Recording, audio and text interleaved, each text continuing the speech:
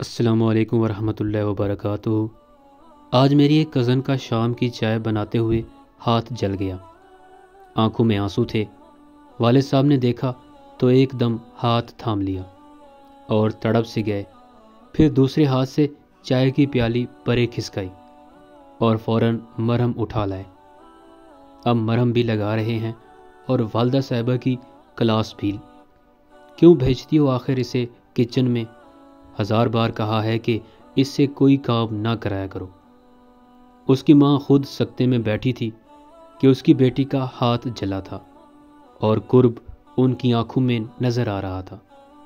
ماں کہنے لگی، میں کہاں خوشی سے بھیجتی ہوں، مگر کل کو اس کی شادی ہونی ہے، لوگ کیا کہیں گے؟ ماں نے کچھ بھی نہیں سکھایا۔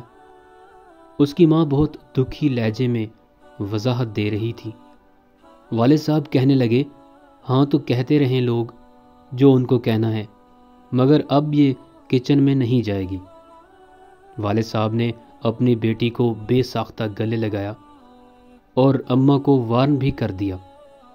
بیٹی کو خوش ہونا چاہیے تھا مگر نہیں ہوئی، وہ بس اماں کے ہاتھ دیکھتی رہی تھی جن کے انگوٹھے سبزیاں کاٹ کر نشان زدہ ہو گئے تھے۔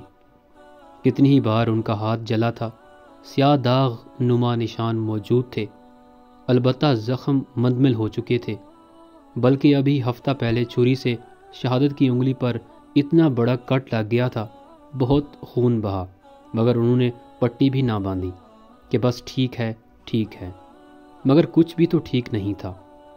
میں اس کے والد صاحب کو بتانا چاہتا تھا کہ اس کی بیوی بھی تو کسی کی بیٹی ہیں، ان کے ابا نہیں رہے تو کیا ہوا، ان کے شوہر تو ماشاءاللہ حیات ہیں۔ آپ اپنی بیٹی کی ذرا سی تکلیف پر تڑپ اٹھے ہیں اور دوسروں کی اولاد کا درد وہ کسے جا کر بتائے؟ وہ کون محسوس کرے گا؟ وہ کسی کی بیٹی نہیں ہے کیا؟